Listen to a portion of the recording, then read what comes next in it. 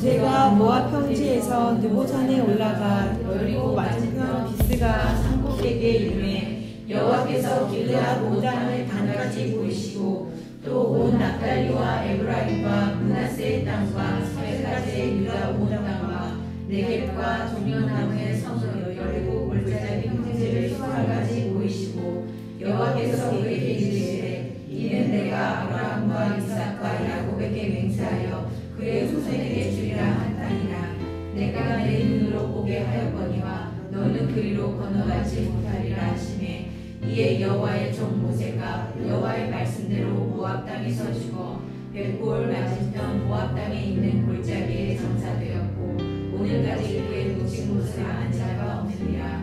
모세가 죽을 때 나이 120세였으나 그의 눈이 흐리지 아니하였고 기력이 취하지 아니하였더라. 이스라엘 자손이 모압 평지에서 모세를 위하여 애곡하는 기간이 끝나도록 모세를 위하여 30일을 애곡하니라. 모세가 은혜하되 여호수아에게 안수하였으므로 그에게 지혜의 영이 충만하니 이스라엘 자손이 여호와께서 모세에게 명령하신 대로 여호수아의 말을 순종하였더라. 사랑과 은혜가 풍성하신 하나님 감사드립니다. 하나님 이 시간에 말씀을 감히 대언합니다. 하나님 온전히 저는 십자가 뒤에 가려 주옵시고 구속한 주님만 말씀하여 주옵소서. 우리 모두가 주님의 말씀을 듣겠습니다. 예수 그리스도 이름으로 기도드립니다. 아멘. 제가 그 비슷한 예화를 다른 곳에서도 많이 썼던 그런 예화 중에 하나가 있는데요. 오늘 이 예화를 쓰게 되면 우리 성도님들한테는 더 이상 이 예화를 쓸 수가 없습니다. 이게 굉장히 스포일러가 있으면 모든 게 끝나는 그런 예화인데요. 이 시간에 우리 성도님들 중에 아시는 분들이 있을 거예요. 그런데 옆에다 대고 얘기를 하지 마십시오. 답을 얘기하면 이제 모두가 끝입니다. 이게 왜냐하면 이 예화가 설교에 있는 아주 중요한 맥락을 잡을 수 있는 좋은 예화이기 때문에 제가 사용하는 것입니다. 8년 전이죠. 8년 전인가 6년 전, 7년 전인가 잘 기억이 잘 안 나는데 한국에 있을 때 제가 남서울교회에서 사역할 때가 있었습니다. 거기 교육자님들이랑 이렇게 식사를 하려고, 거기는 식사를 하면은 이렇게 뒤에 보면은 이렇게 식당이 있습니다. 근데 그 식당에 가서 밥을 먹고 있는데 드라마가 나오는 겁니다. 근데 다들 그 드라마에 이렇게 빠져서 그 보기보다는 서로가 이렇게 얘기를 나누고 있는데 저는 그 드라마가 너무 재밌더라고요. 그래서 그 다른 교육자님들 막 옆에서 막 얘기하는 거 하나도 듣지 않고 이 드라마를 봤습니다. 제가 원래 드라마 좋아하기 때문에 웬만하면 드라마 잘 안 봅니다. 한번 빠지면은 헤어나기가 쉽지 않거든요. 그래서 안 보는데 그 드라마는 제가 지금도 끝까지 보질 않았어요. 왜냐하면 그 이후로도 시간이 없었기 때문에요. 이름이 그 대장금입니다. 아마 성도님들 대장금 다 아실 거고, 그 옛날 그 드라마인데 그 얘기를 하는구나 그렇게 생각하시는 분들도 계실 겁니다. 근데 이 드라마 대장금의 한 장면이 유독 마음속에 남은 그런 내용이 있기 때문에 그 부분을 나누고 오늘 말씀과 연결을 한번 시켜보려고 합니다. 저는 장금이가 그 음식 요리사인 줄 알았어요. 사실은 요리사죠. 근데 어느 순간에 은여가 된 겁니다. 그리고 이제 나오는 그런 내용인데 갑자기 궁궐 내에 큰 갈등이 생긴 거예요. 그 갈등에 촉발자가 2명 있는데 한 명은 당시 임금인 중종이고 실제로 중종에 대한 내용은 아닐 거고요. 아마 그 각색을 한 내용이겠죠. 많이 각색을 한 내용입니다. 중종이라는 조선시대의 어떤 왕이 한 명 있고, 그리고 그 중종과 싸우는 인물이 일반 사람이 아니라 바로 엄마입니다. 그래서 그 왕대비인 엄마, 왕의 엄마와 왕이 서로 이렇게 싸우는 거죠. 근데 어떤 갈등인지는 모르겠어요. 제가 그 전편을 못 봤기 때문에. 그래서 심각하게 둘이 이렇게 싸우고 있을 때 왕대비가 너무 그 아들, 그 임금인 왕인 아들에게 화가 나갖고 갑자기 치료약을 먹지 않겠다고 하는 거예요. 근데 사실 그 왕대비인 그 왕의 엄마는 그 약을 먹지 않으면 사실 죽게 됩니다. 그러니까 이 중종의 마음이 어떻겠어요? 엄마를 죽인 자녀가 되는 거잖아요. 아들이 되는 거잖아요. 그래서 마음이 너무 괴로운 거죠. 그런데도 그 엄마인 왕대비는 끝까지 그 치료약을 거부를 하는 겁니다. 그 상황에서 장금이가 나타나서 왕의 어미인 왕대비를 만나서 치료약을 이렇게 권면을 하는 겁니다. 물론 이제 의녀가 어느 정도 위치인지는 모르겠는데 아무튼 둘이 엄청나게 친하니까 그렇게 했겠죠. 근데 왕대비도 고집이 만만치 않은 거죠.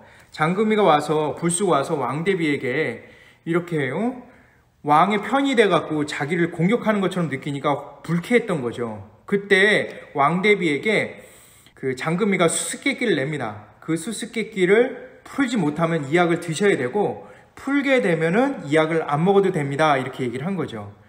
근데 그 왕대비, 그러니까 왕의 엄마는 내가 만약에 수수께끼를 풀지 못하면 치료약을 먹겠지만 내기를 하나 걸겠다. 나도 내가 만약에 수수께끼를 풀면 장금이 너의 생명을 걷어가겠다. 이렇게 얘기를 한 거예요. 너무나 이제 그 긴장감 있는 그런 수수께끼인 거죠. 그 수수께끼를 내고 그 다음 주간에 그 답을 해야 되는 거죠. 한 2주인가 3주 후에. 근데 수수께끼는 이렇습니다. 이 사람은 본래 신의에 비롯되었다고 합니다. 이 사람은 집안의 노비이며 또한 스승입니다. 이 사람이 있을 때는 산이었지만 이 사람이 없으면 바다가 된다는 전설이 있습니다. 이 사람은 누구입니까? 이게 이제 수수께끼의 내용인 겁니다. 이 문제를 딱 내리고 나서 기한을 정했고 드디어 그 기한이 가까워진 겁니다. 궁궐 온 안팎에서는 이 장금의 목숨이 걸린 문제이기 때문에 사람들이 주목하면서 그 상황에 대해서 주시를 하고 있는 것이죠. 그리고 드디어 승부처인 그 왕대비가 있는 그 방에서 드디어 얘기를 하기 시작을 하는 거죠. 근데 왕대비가 이런 얘기를 합니다. 답을 알고 있지만 답을 말할 수 없구나. 왜 내가 답을 말할 수 없는지 장금이 내가 대답을 해봐라. 이렇게 얘기를 합니다. 자, 여기까지 얘기를 잠시 멈추겠습니다. 말씀인데 너무 이 드라마에 빠질 것 같아서 여기서 잠깐 멈추고 오늘 말씀을 진행하려고 합니다.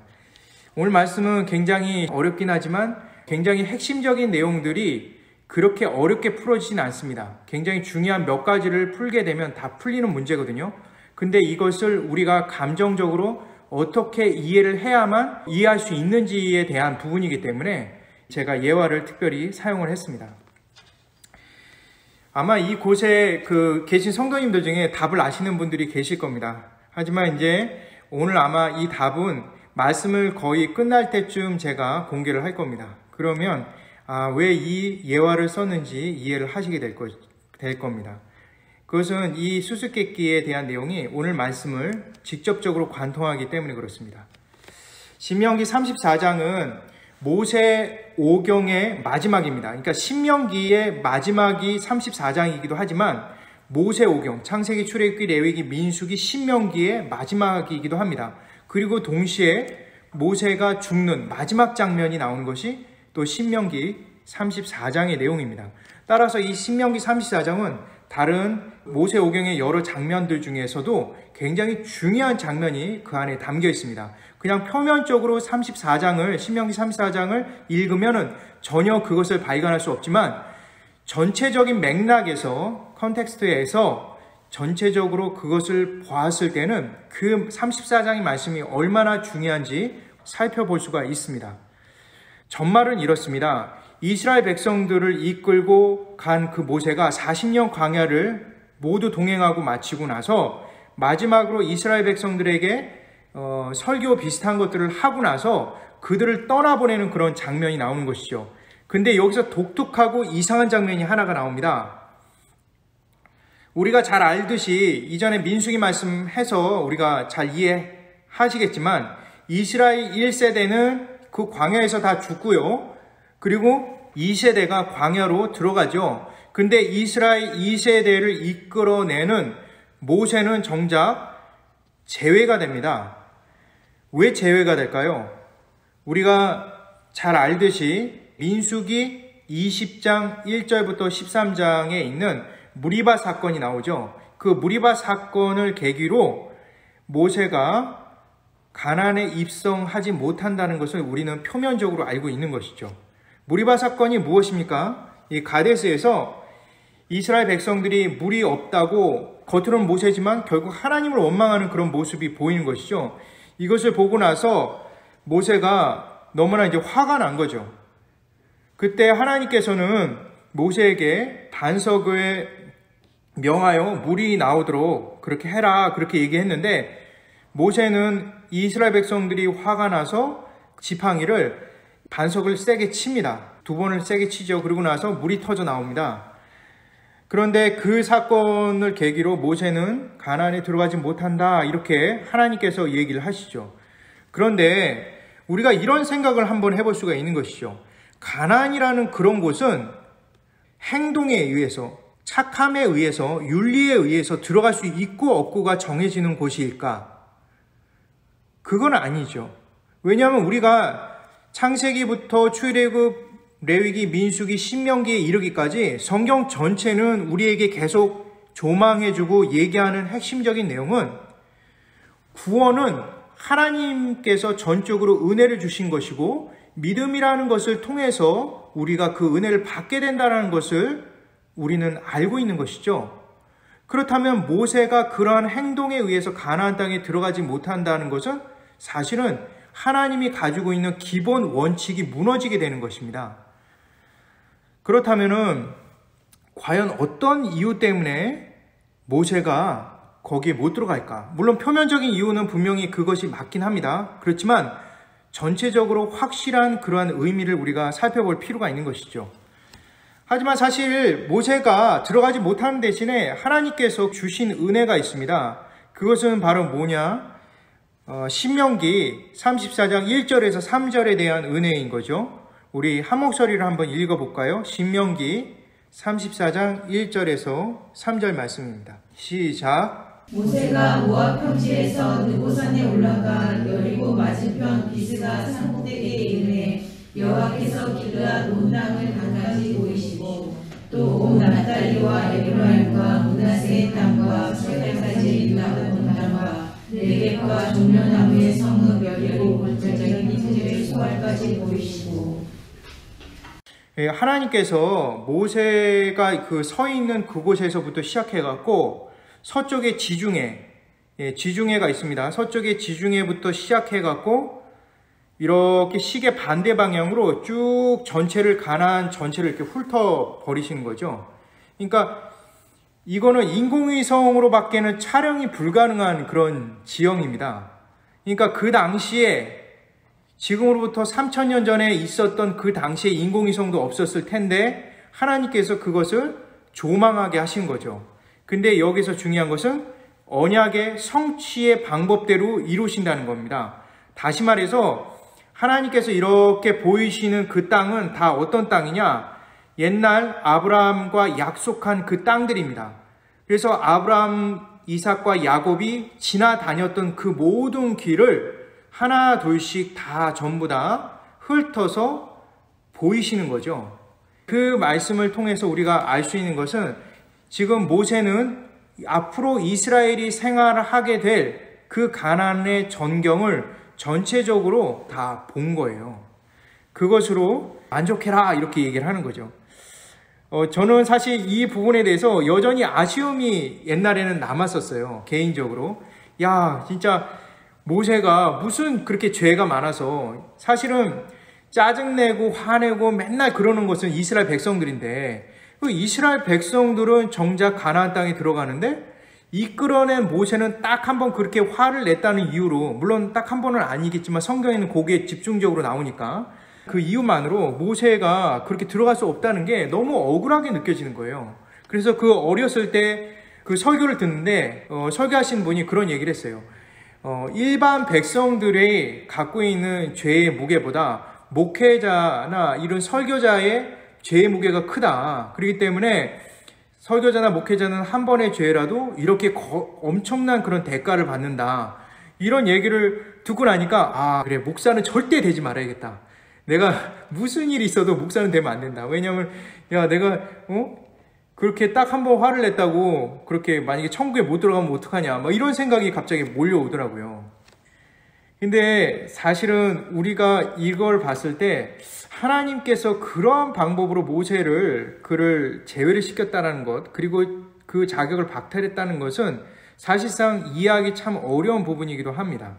왜냐하면 사실 모세보다는 이스라엘 백성들이 훨씬 많은 죄의 부분이 있지만 리더라는 이유 하나만으로 그렇게 된다고 한다는 것이 하나님이 가지고 있는 대표성도 우리가 이해할 수가 있지만 또 한편으로는 죄에 대한 그 부분에 다루시는 것이 하나님의 방법과는 사뭇 다르다라는 그런 느낌을 좀 받게 되는 것이죠. 가나안에 들어가는 것은 모세 일대의 목표였죠.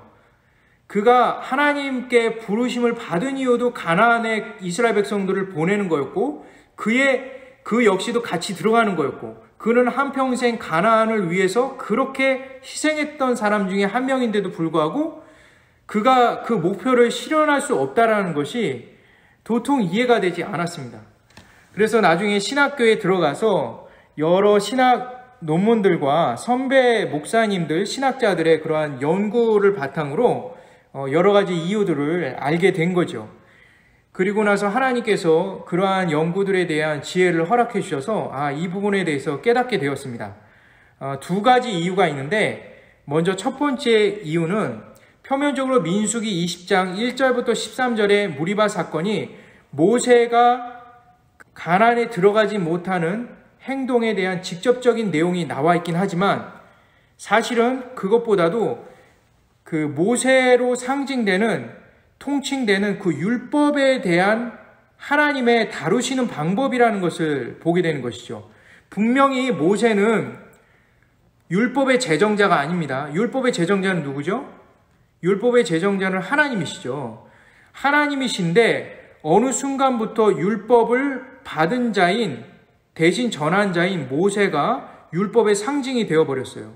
그리고 동시에 그 율법이 상징이 되면서 동시에 구원의 조건이 율법으로 점점 흐르기 시작하는 거죠. 우리가 예수님을 구주로 영접했을 때 정말 너무나 기쁘지 않습니까? 나의 죄가 너무나 크고 그리고 하나님을 불신하는 것으로 통해서 나오는 이 죄가 너무나 큰데 그것을 하나님께서 예수 그리스도를 통해서 단번에 그 죄를 용서해 주신 거죠. 예수님이 대신 그것을 짊어지고 가셨어요. 우리가 그것을 생각할 때 너무나 감사하고 감격하고 기뻤는데 점점 신앙생활을 하면서 그 감격이 점점 없어지죠. 그리고 나서 신앙도 나의 노력과 나의 착함과 나의 선행과 나의 인격으로 하려고 하는 그런 움직임이 점점 생기는 것처럼 당시 이스라엘 백성들도 모세가 처음 율법을 줬을 때는 분명히 믿는 자의 생활 원리로 줬음에도 불구하고 점점 시간이 지나면 지날수록 이스라엘 백성들은 그것이 구원의 조건이 되고 그 구원의 조건을 제시한 것이 모세인 것처럼 착각을 하기 시작하는 거죠. 그래서 어떻게 됐습니까? 결국은 이스라엘 백성들이 나중에는 율법주의자가 다 되어버리는 것입니다. 그래서 요한복음 1장 17절에 이렇게 나오죠. 우리 한 목소리로 한번 요한복음 1장 17절 읽어보도록 하겠습니다. 시작. 율법은 모세로 말미암아 주어진 것이요 은혜와 진리는 예수 그리스도로 말미암아 온 것이다. 요한복음 1장 17절에 보니까 율법은 모세로 말미암아 주어진 것이요 은혜와 진리는 예수 그리스도로 말미암은 것이다.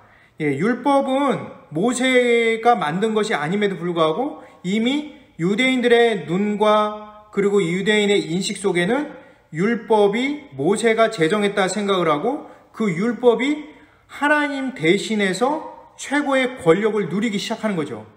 하지만 하나님께서는 처음부터 이스라엘 백성들을 율법을 지킴으로 구원을 시킨 것이 아니라 그들에게 은혜로 진리로 이끄셨습니다.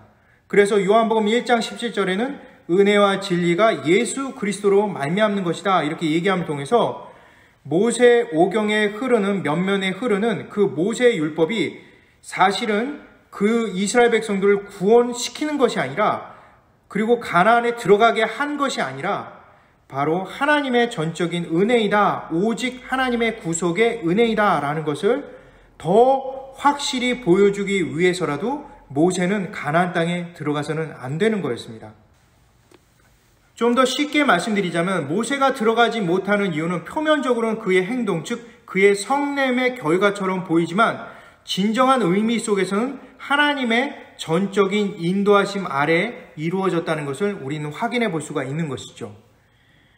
실제로 신명기 34장은 모세가 왜 가나안 땅에 들어가지 못한다는 이유를 정확하게 얘기하지 않습니다.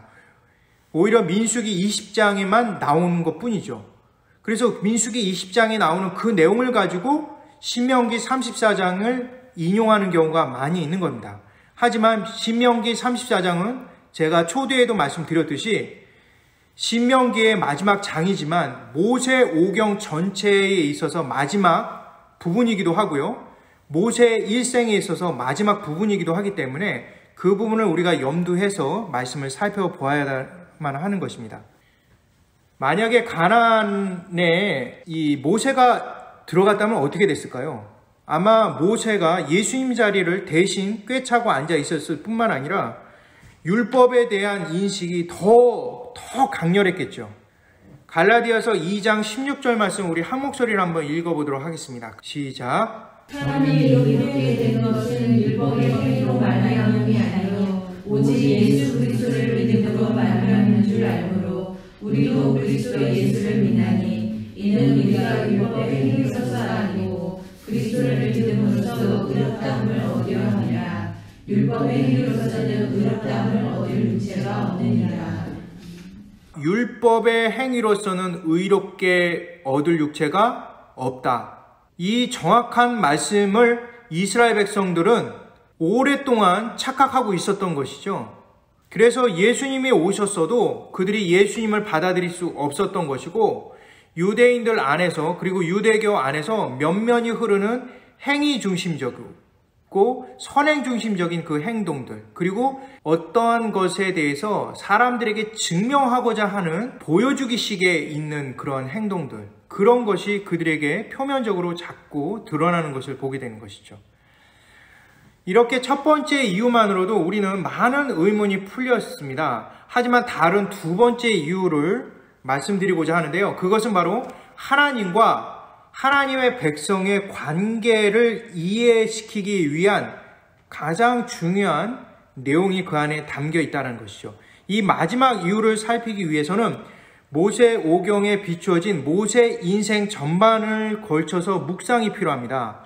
특별히 모세가 어떻게 이스라엘 백성들을 생각하고 그리고 이스라엘 백성들에게 어떠한 마음으로 그들을 인도했는지를 우리가 보면 더 확실해지는 거죠. 그 부분이 바로 출애굽기 32장입니다. 그 출애굽기 32장을 잘 이해해야만 모세 인생 120년에 대한 그 내용을 종합해 볼 수가 있는 것이죠.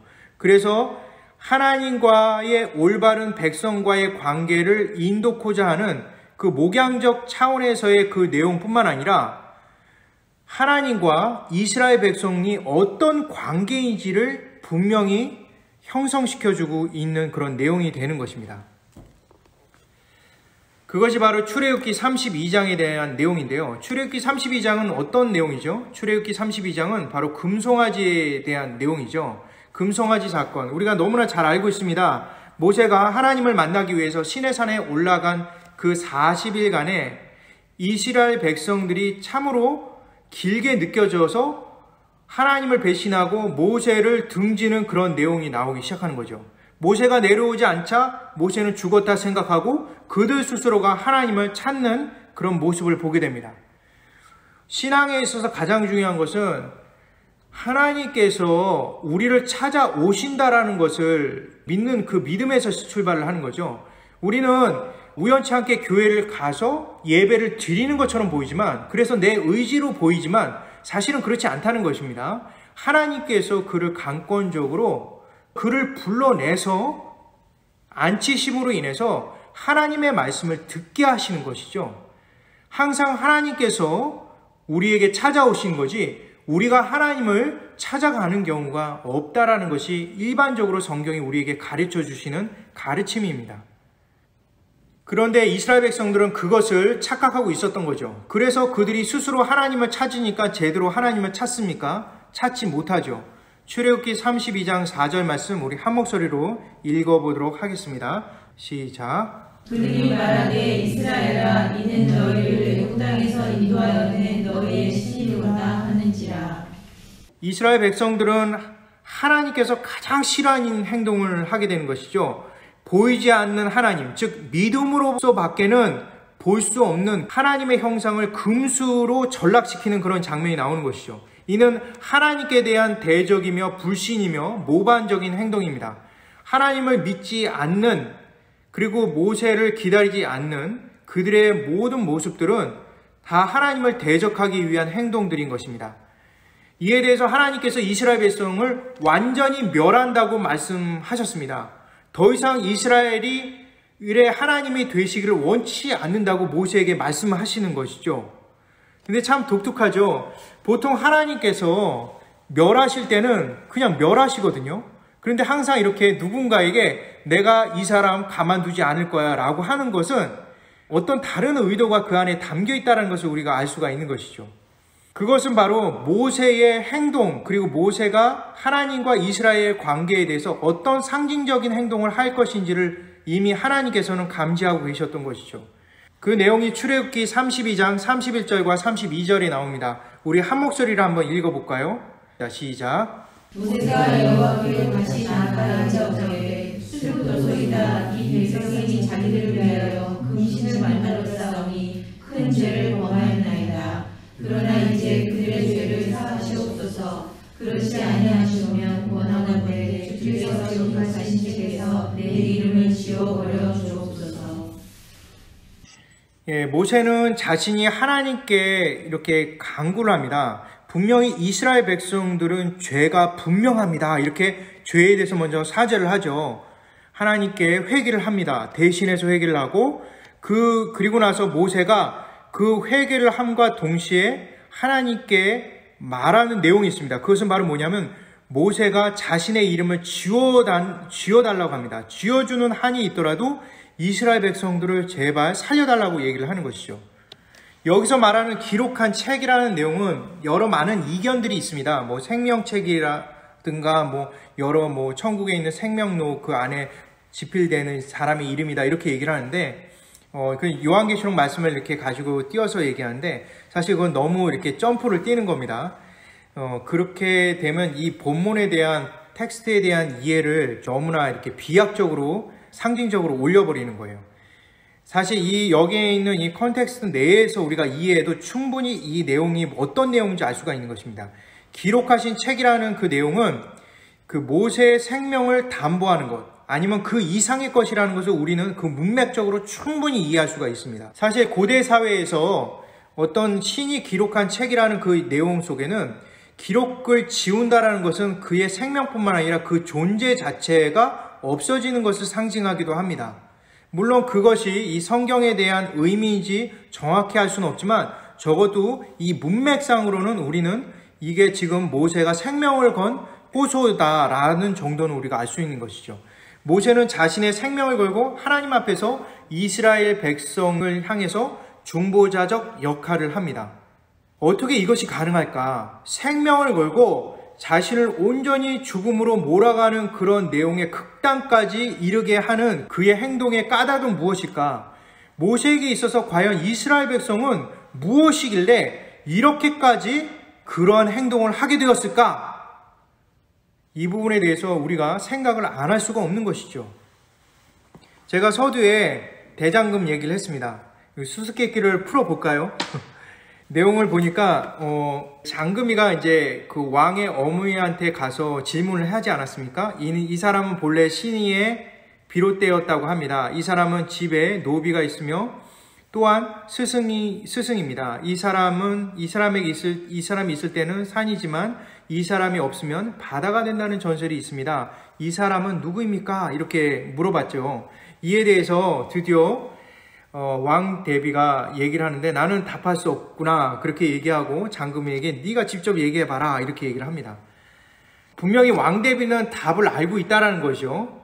그리고 지금 아들인 중종과 대립하고 있는 상황에 이 장금이가 왕 대비 즉 엄마의 자존심을 걸어버린 거예요.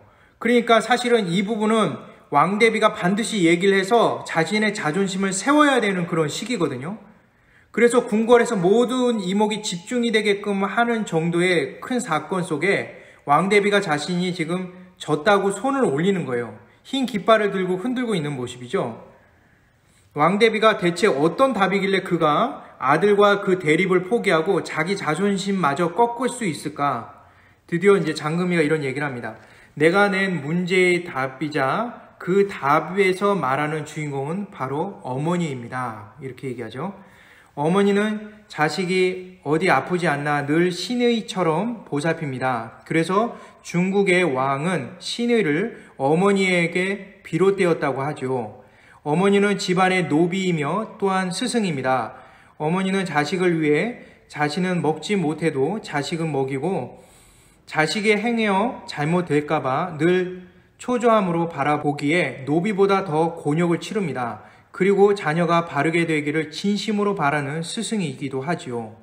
여기까지 이제 장금이가 말하고 나서요. 그 다음에 왕대비가 그 왕의 어머니가 장금이의 말을 이어서 얘기를 합니다. 그리고 나 어미 왕대비가 있을 때 아들 주상은 든든히 산이 되지만 내가 죽으면 아들 주상의 눈에는 눈물이 흘러 바다를 이룰 것이다. 나는 주상의 어미요. 내가 주상과 싸워 무슨 이득이 남겠는가? 내가 졌다. 병을 고칠 테니 약을 가져오너라. 이렇게 하고 이제 얘기가 끝이 납니다. 이 세상에 가장 강한 것이 어머니이지만 그 어머니가 유일하게 자신의 생명을 거는 존재가 바로 자식이라는 것을 얘기하는 거죠. 모세에게 있어서 이스라엘 백성은 하나님을 대신한 부모이자 어미 역할을 하고 있는 것입니다. 분명히 이스라엘 백성에게 있어서 모세가 어미이고 부모가 될 수는 없어요. 때로는 그렇지 않은 모습도 모세는 많이 보였거든요. 하지만 이 출애굽기 32장은 하나님께서 이스라엘 백성들과의 관계가 어떤 관계인지를 분명히 보여주고 있는 행동을 모세 스스로가 지금 이 말을 통해서 보여주고 있는 것입니다.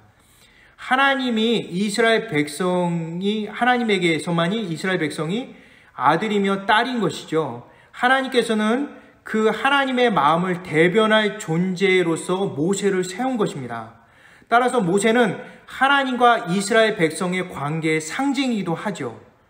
따라서 신명기 34장의 마지막 부분에 이스라엘 백성에게 있어서 모세가 어미로서의 마지막 존재의 모습을 남기는 것이 32장의 내용인 것입니다.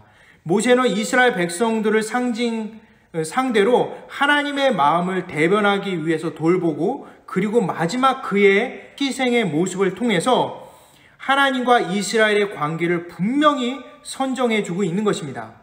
하나님과 이스라엘의 관계는 목표적 관계로서 선정이 되는 것이 아니라 바로 그 관계 자체로서 의미가 있다는 것을 보여주고 있는 것이죠. 시편에 나오는 목자와 양에 대한 내용이 계속 나옵니다. 우리가 생각할 때 목자, 양 하게 되면 일반적으로 생각할 때 목자, 양, 그러니까 목자는 양을 키워서 잡아먹는 존재 이렇게 생각할 수 있지만 시편에 나오는 면면이 흐르는 내용은 목자가 양을 잡아먹기 위해서 키우거나 그를 위해서 이익을 남기기 위한 그런 내용이 없어요. 시편에 나오는 목자와 양은 기본적으로 부모와 자식 간의 관계를 얘기하고 있는 겁니다. 그런데 일반적인 부모와 자식 간의 관계의 내용이 아니에요. 목자이기 때문에 양 같은 짐승에 대해서 얼마든지 보호할 수 있다는 것이 전제가 되어 있다는 거죠. 우리 부모들은 자녀를 사랑하고 키우지만 그를 100% 보호할 수는 없어요. 하지만 시편에 나오는 목자와 양은 목자이기 때문에 양을 100% 보호할 수 있다는 것이 전제가 돼 있으면서 동시에 부모와 자녀의 관계를 형성시키고 있는 것입니다. 따라서 이 부분에 이 시편에 대한 내용처럼 모세 오경의 마지막 부분을 하나님과 이스라엘의 관계 부분이 어떠한지를 분명히 우리에게 각인을 시켜주기 위해서라도 모세는 가나안 입성이 되어서는 안 되는 것이죠. 이것이 신약에 들어와서 분명히 우리에게 가르쳐주는 내용이 있죠. 이 모세의 그 역할, 모세의 그러한 그림자가 실제 모세가 그림자죠. 모세의 그림자를 보여주는 실체가 누구냐? 그것이 바로 우리의 구속자이신 예수 그리스도라는 것을 우리는 분명히 알 수가 있는 것입니다. 예수님만이 우리를 지켜주고 우리를 100% 구원해 주실 뿐만 아니라 하나님과 이스라엘의 관계처럼 그분이 진정한 사랑으로 우리를 돌봐주시고 감싸주시고 인도하시고 끝까지 책임져 주심에 대한 내용이 나오게 되는 것이죠. 하나님께 있어서 하나님의 마음을 읽고 진심으로 이스라엘을 자식처럼 사랑할 수 있는 어미와 같은 역할을 모세에게 심어줌으로 인해서 그의 마지막이 이렇게 된다는 것을 보여주고 있는 것이죠. 성경에 보면 모세가 120세가 되어도 전혀 눈이 흐려지지 않고 기력이 쇠하지 않았다 이렇게 얘기하는 것은 그는 120세가 되었어도 청년처럼 분명한 사리 분별이 있었고 또 그의 체력은 여전히 남아 돌았다는 것을 보여주고 있는 것이죠. 따라서 가나안에 들어가지 못하는 것이 모세의 외적인 이유가 돼서는 안 된다는 것을 보여주고 있는 것입니다. 이것을 통해서 우리가 또 하나 볼 수 있는 것은 오실 이 예수 그리스도께서는 우리를 충분히 구원해 주실 뿐만 아니라 우리를 구원하지 않으셔도 될 만한 모든 것을 갖추어지고 계신 그러한 성자 하나님이신 것이죠. 그럼에도 불구하고 우리를 대속하시고 자신의 사지를 찢어서 우리를 그 죄에서 구원하셨다라는, 불신자로 하여금 믿음을 주셨다라는 그 어마어마한 메시지를 주는 것이죠. 그래서 신명기 34장 10절에 이렇게 나오죠. 모세와 같은 선지자가 일어나지 못하였다라고 나옵니다. 이 얘기는 바로 뭐냐면 모세처럼 하나님과 이스라엘의 관계를 대변할 수 있는 인물이 없다라는 것을 보여주고 있는 것이죠. 그런데 참 독특하게 신명기 18장절에 이렇게 나옵니다. 나와 같은 선지자가 도래할 것이다 라는 얘기를 합니다. 이 얘기를 통해서 모세가 가짜라고 한다면 진짜 실체가 되는 모세의 역할을 할 자가 반드시 오시게 된다라는 걸 얘기하고 있는 것이죠. 이거를 이제 전문적으로 타이팔로지라고 보통 얘기하죠. 모세를 보이지만 그 모세 행동과 이러한 것이 사실은 예수 그리스도께서 하실 행동에 대해서 지금 모세가 대변적으로 보여주고 있는 것입니다. 그래서 우리의 진정한 중보자 되신 예수 그리스도를 모세는 마지막 신명기 34장에 확실히 보여주고 있는 그런 내용이 되는 것입니다. 제가 아주 어렸을 때 5살 때인가 6살 때 이 드라마를 하나를 봤습니다. 근데 그 말과 행동이 따로 노는 그런 드라마 아십니까? 옛날에 신성희 씨랑 엄앵란 씨 나와갖고 하는 그런 목소리 약간 변조된 거, 이보게 막 이러면서 나오는 그런 건데 행동은 전혀 다른 행동 같이 이렇게 느껴지고, 그러니까 다시 이렇게 더빙을 다시 하는 거죠. 근데 그 당시에 그러한 드라마가 나오는데 그 드라마에 보면 제 마음을 굉장히 울리는, 그리고 제가 전혀 생각하지 못했던 것들에 대한 내용이 담겨 있는 드라마가 있었습니다. 어렸을 땐 도저히 그것이 어떤 의미인지 그게 잘 모르겠더라고요. 근데 이제는 조금 알겠더라고요. 그 드라마의 내용은 이렇습니다. 한 과부가 있는데 그 과부가 아들을 키웁니다. 남편이 일찍 죽고 홀로 된 몸으로 아들을 열심히 키워서 대학까지 보내죠.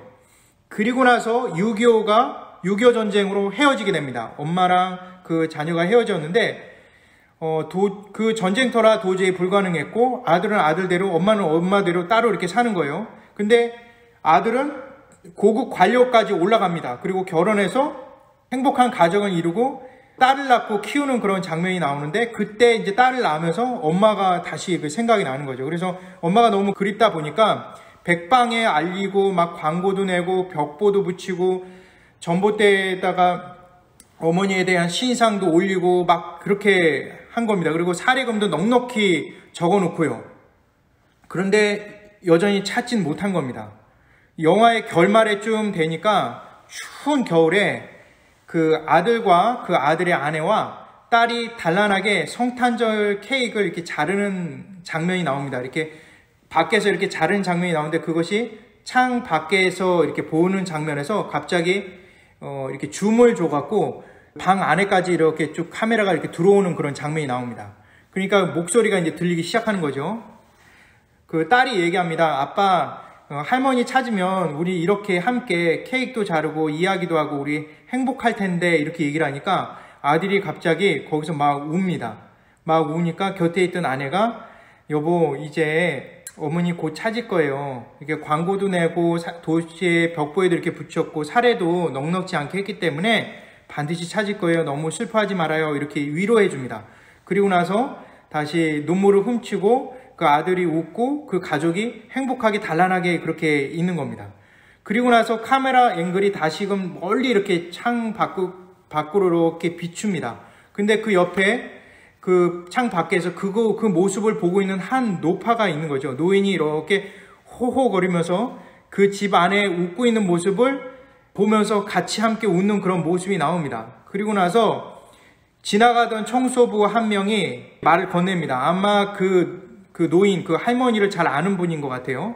할머니, 여기 또 계세요. 이렇게 얘기하면서 할머니 아들이라면서요. 저기 할머니 아들 집이라고 하면서 얘기하셨잖아요. 보니까 벽보를 보니까 할머니 엄청 찾는 것 같은데 빨리 들어가 보세요. 이렇게 얘기를 하는 거예요.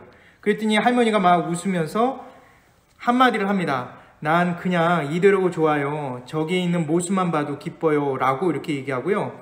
시간이 지나고 나니까 추운 날 어두운 밤길에 한 노인이 쓰러져 있고 시간이 지날수록 그 눈 위에 눈이 이렇게 쌓이는데 그게 노인인지 알 수 없을 정도로 눈이 소복히 쌓이는 것으로 마지막 영화가 끝납니다.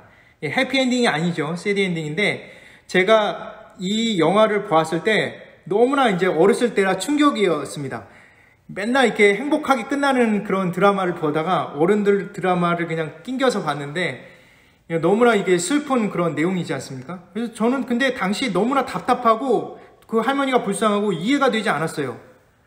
아니 그냥 들어가갖고 야 나 엄마야 야 케이크 이리 줘 그러면서 케이크 딱 먹고 그러면서 이렇게 딱 이렇게 해야지 어떻게 저럴 수가 있을까 그렇게 생각이 됐는데 어느 순간에 제가 자식을 키우고 부모가 되고 나니까 그 마음을 조금 이해할 수가 있겠더라고요. 그러니까 예수님께서도 우리를 그 어미의 심정으로 그 부모의 심정으로 근본적으로 우리를 사랑하심으로 인해서 그분의 사지를 찢어서 우리 죄를 대속하시고 부활하심으로 우리의 새로운 생명에 대한 놀라운 은혜를 허락해 주신 그 사랑에 대해서 우리가 생각을 안 할 수가 없는 것이죠. 우리가 이러한 부분을 생각할 때 우리가 분명히 할 수 있는 것은 딱 하나입니다. 모세와 같은 그러한 행동을 할 수밖에 없게 되는 것이죠. 예수 그리스도의 은혜와 사랑을 제대로 알게 되면요. 우리가 이 세상을 목표로 살아가지 않게 됩니다. 목표가 없다는 게 아니에요. 목표보다 더 위에 있는 상위 개념이 생기는 것이죠. 그것은 바로 하나님과의 관계성에 대한 부분이고요.